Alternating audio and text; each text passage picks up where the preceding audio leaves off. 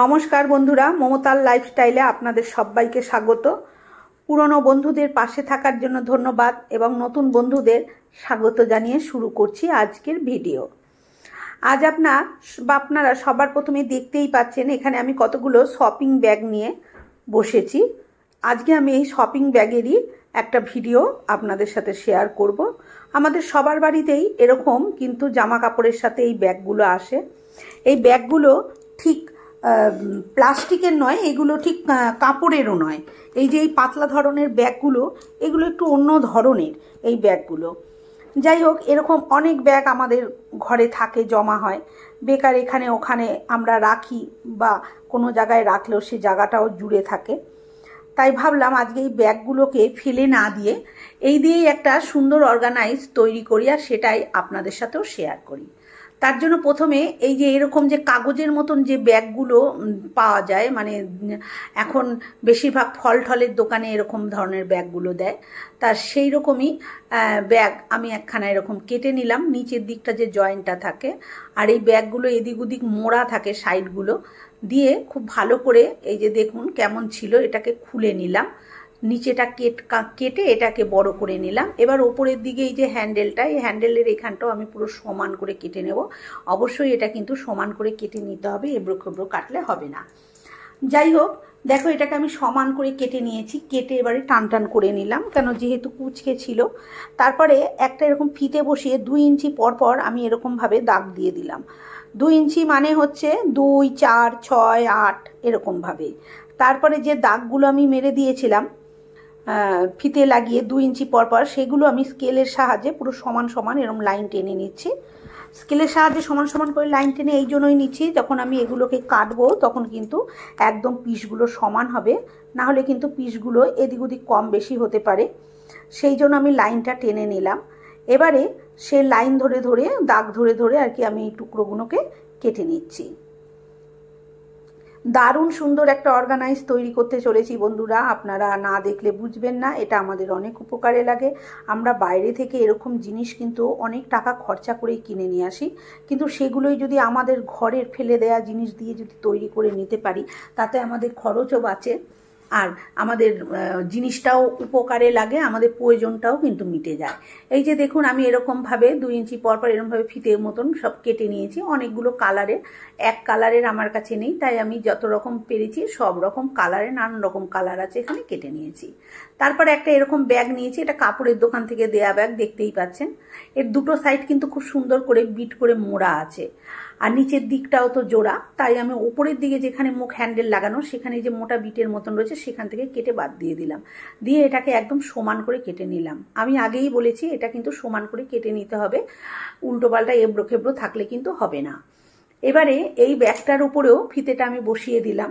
আগে আমি ওই প্লাস্টিকগুলো 2 ইঞ্চি পর পর দাগ দিয়ে দিয়ে টুকরো করেছিলাম, এটাকে আমি টুকরো করব না, এটা আমি ফিতেটাকে বসিয়ে 1 ইঞ্চি পর পর দাগ দিয়ে দিলাম। নিচের দিকে একটা দিয়ে দিলাম, এবার ওপর দিকেও আমি ওই 1 ইঞ্চি পর পর দাগগুলো দিয়ে দিচ্ছি। তার কারণ হচ্ছে যাতে সমান হয়, এক দাগগুলো যেন একদম অ্যাকুরেট হয়, উল্টো পাল্টা না হয়ে যায়, ছোট বড় না হয়, সেই জন্য।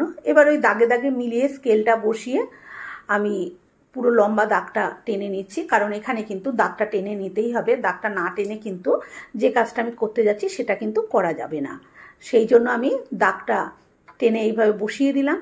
আর দাগটা টেনে নিলে সবার ক্ষেত্রেই সুবিধা হবে, যে কেউ করতে পারবে, যে কোনোদিন করেনি সেও কিন্তু করতে পারবে এই দাগে দাগে। এইভাবে আমি এই পুরো ব্যাগটাতেই আমি দাগটা কেটে নিচ্ছি।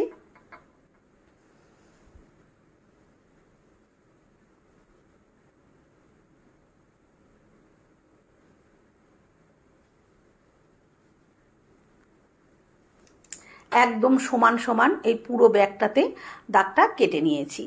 তারপরে দেখো এই যে 2 ইঞ্চি করে যে টুকরোগুলো আমি কেটে রেখেছিলাম ব্যাগে, সেই টুকরো একখানা টুকরো নিয়েছি। নিয়ে দেখো এরকমভাবে এই যে ভাঁজ দিয়ে দিয়ে আমি এইভাবে দেখাচ্ছি তোমাদের, এইভাবে আমি ভাঁজ দিয়ে দিয়ে এটা আমি সেলাই করব। আমি মেশিনে সেলাই করব বলে তোমাদের দেখিয়ে দিচ্ছি।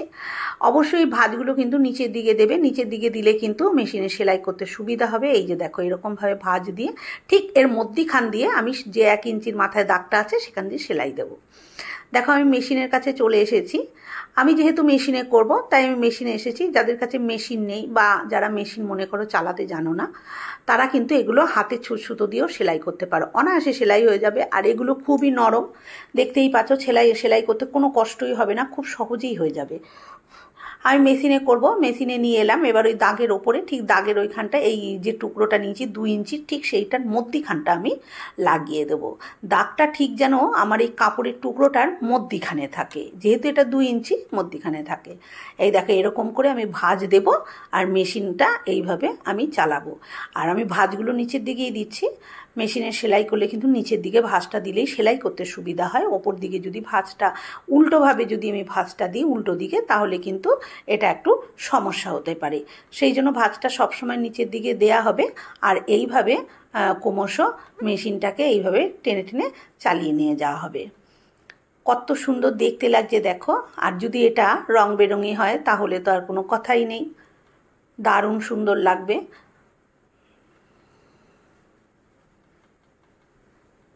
প্রত্যেকটা পার্ট এইভাবে আমি ধরে ধরে ভাঁজ দিয়ে দিয়ে সেলাই করে দিচ্ছি। বন্ধুরা, আমার ভিডিওগুলো তোমরা কিন্তু দেখো, কিন্তু লাইক সেরম পড়ে না। তোমাদের একটা লাইক কিন্তু আমাকে অনেক উৎসাহ দেয় পরের ভিডিও রেডি করার জন্য। তোমরা অবশ্যই ভিডিও দেখে ভালো লাগলে একটা লাইক দিও। আর তোমরা কোথা থেকে দেখছো অবশ্যই আমাকে কমেন্ট করে জানিও। আমি পরের ভিডিওতে তাদের নামগুলো অবশ্যই বলবো। দেখো আমার একটা লাগানো হয়ে গেছে, তবে সম্পূর্ণ একটা ফিতে দিয়েই হয়নি। যেখানে শেষ হয়ে গেছে সেখান থেকে আমি আবার নতুন করে ফিতে দিয়ে এরকমভাবে লাগিয়ে দিয়েছি। দেখো এটা হয়ে গেছে। এবারে এর পাশ দিয়েই আমি হলুদটা লাগিয়ে দেবো। রং বেরং কালারটা মিলিয়ে যদি করতে পারো দেখতে ভাল লাগে। তা যে লাল অংশটা আমি লাগিয়েছি সেটাকে আমি প্রথমে একটু উল্টে নিয়েছি। দেখো উল্টে নিয়ে তারপরে ফিরে দাগটা ঠিক দাগে দাগেই কিন্তু এই সেলাইগুলো দিতে হবে। হলুদটাকেও ঠিক আমি এইভাবেই বসাচ্ছি। আর যেহেতু লালটা তোমার গিয়ে পুরো সমানভাবে বসেছিল, সেহেতু এদিকে যেটা বসেছিল দাগের বাঁ দিকে যে অংশটুকু ছিল লালের, সেই অংশটুকু কিন্তু আমি ওই ডান দিকে উল্টে দিয়েছি। উল্টে দিয়ে এটা কিন্তু লাগিয়েছি। সেরকমইভাবে লাগাতে হবে, না হলে কিন্তু দাগে দাগে লাগানো যাবে না। আশা করছি তোমরা দেখে বুঝতে পারছো। কতটা বুঝতে পারছো আমি ঠিক জানি না বন্ধুরা, কারণ আমি ক্যামেরা স্ট্যান্ডে লাগিয়ে করি, তাই কতটা দেখতে পাচ্ছ আমি বুঝতে পারছি না। আশা করছি তোমরা বুঝতে পারছো। এইভাবে দেখো আমি পুরোটা লাগিয়ে নিয়েছি। এই যে দেখো কীরকম কালার, একটার পর একটা কালার দিয়েছি, কত সুন্দর দেখতে লাগছে।